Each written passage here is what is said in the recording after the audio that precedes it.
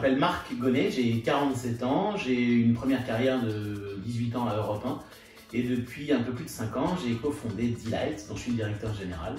Et Delight, c'est une start-up de marketing digital dont le public, les clients, si vous voulez, sont des professionnels. On est une start-up B2B et c'est les producteurs de spectacles, les directeurs ou les directrices de salles et les patrons, les patronnes de festivals. Donc on travaille pour le spectacle vivant, on les équipe en outils de marketing digital.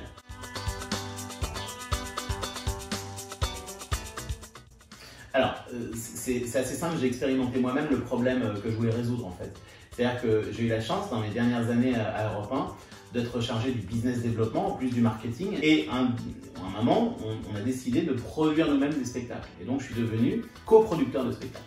Donc j'ai coproduit des comédies musicales aux Folies Bergères, Salut les copains et puis Disco. Donc j'ai compris comment ça marchait. Salut les copains, ça a été une bénédiction, peut-être la chance du débutant, ça a super bien marché.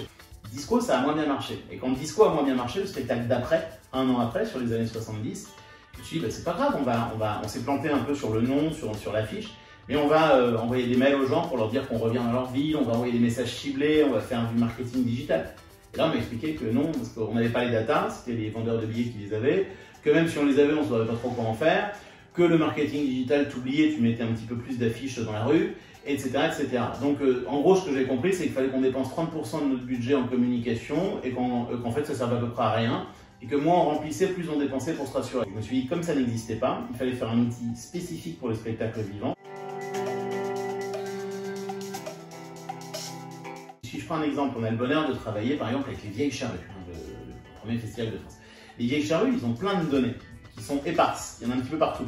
Il y en a dans leur logiciel de billetterie, ils en ont aussi, il y a des gens qui achètent du merchandising sur leur site, qui laissent des traces, il y a des gens qui s'inscrivent sur leur site sur des newsletters, etc. etc. Ils ont comme ça plein d'endroits où le public laisse les données et surtout coche la case pour dire « moi je veux être tenu au courant de ce qui se passe des charrues, voire même je veux les acheter en avant-première ».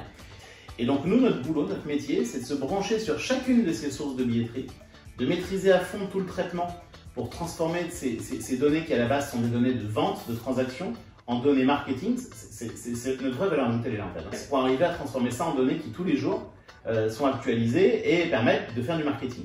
Et donc faire du marketing, ça veut dire quoi? Ça veut dire connaître son public, le développer et le fidéliser.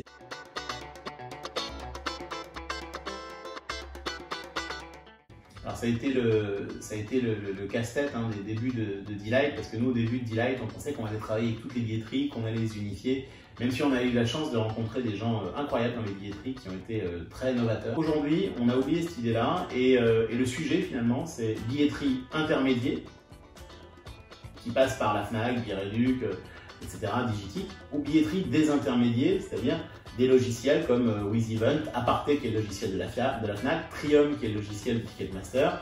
Il y a plein de logiciels comme ça que les producteurs de spectacles ou de festivals peuvent mettre sur leur site et vendre les billets eux-mêmes. L'avantage pour eux, c'est qu'ils récupèrent une partie de la commission de vente et la data. Nous, notre focus, il est sur la billetterie désintermédiaire.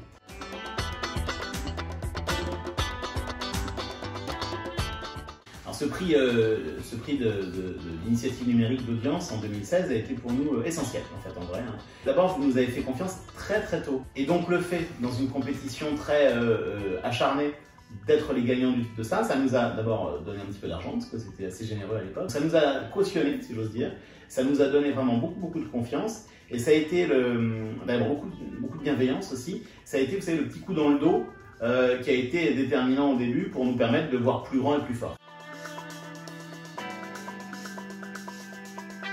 Vraiment, si on est là et c'est parce qu'on décide de s'approcher pour vraiment profondément transformer ce milieu.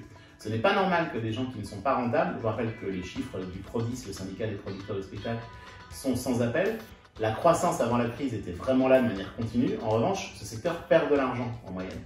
Nous, on pense qu'en leur économisant de la com traditionnelle qui ne sert pas toujours à grand chose et en ciblant mieux les messages qui vont mieux vendre, ça va retourner la table. On y croit à fond et ça marche avec nos clients. Et donc nous, tant qu'on n'aura pas fait la preuve que ce produit-là est chez tout le monde et que ça a changé la vie, on va s'accrocher.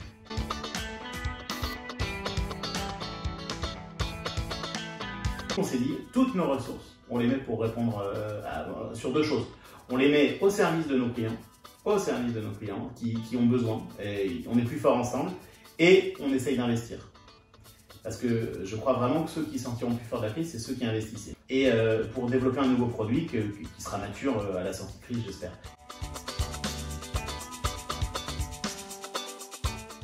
Les équipes n'utilisaient pas parce qu'elles étaient au chômage. Là, ils reviennent un peu. Et on sent qu'il y a une utilisation massive à nouveau des outils. Donc on se rend vraiment compte que vraiment, voilà, déjà il y a un usage. Et deuxièmement, est-ce que ça les aide? Franchement, aujourd'hui, je ne vais pas vous dire qu'ils sont heureux. On n'est pas heureux non plus. Nos destins sont liés. En revanche, ce qui est certain, c'est que si eux-mêmes se mettent à investir dans la relation avec leur public, à garder un lien, et plus on garde le lien, plus il est fort, plus derrière les gens ils viendront dans un festival, dans une salle, quel que soit ce qui s'y passe.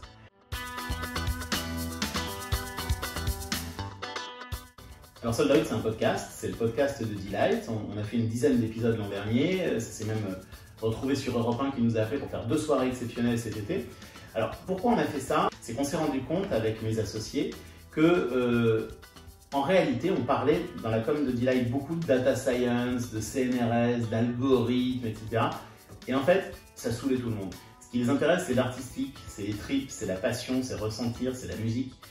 Et en fait, c'est ce qui nous intéresse aussi, parce que sinon, franchement, on aurait fait ça dans je ne sais quoi qui nous aurait rendu beaucoup plus riches, beaucoup plus vite, en faisant la même chose, peut-être même moins bien. Donc on s'est dit, mais eux, ils sont passionnés, nous, on est passionnés, on les aime, et en fait, on parle de mathématiques pures. Donc il y avait un truc qui n'allait pas. Et on s'est dit qu'avec Sold Out, on allait vraiment pouvoir rendre hommage aux gens qu'on admirait, et donner la parole à des gens de l'ombre, voilà, tout simplement. Et puis, voilà, on sait faire un peu de com, donc on s'est dit que ça allait être bon aussi pour l'image de notre startup, qui, passé 5 ans, devenait plus mature et avait des vraies choses à dire.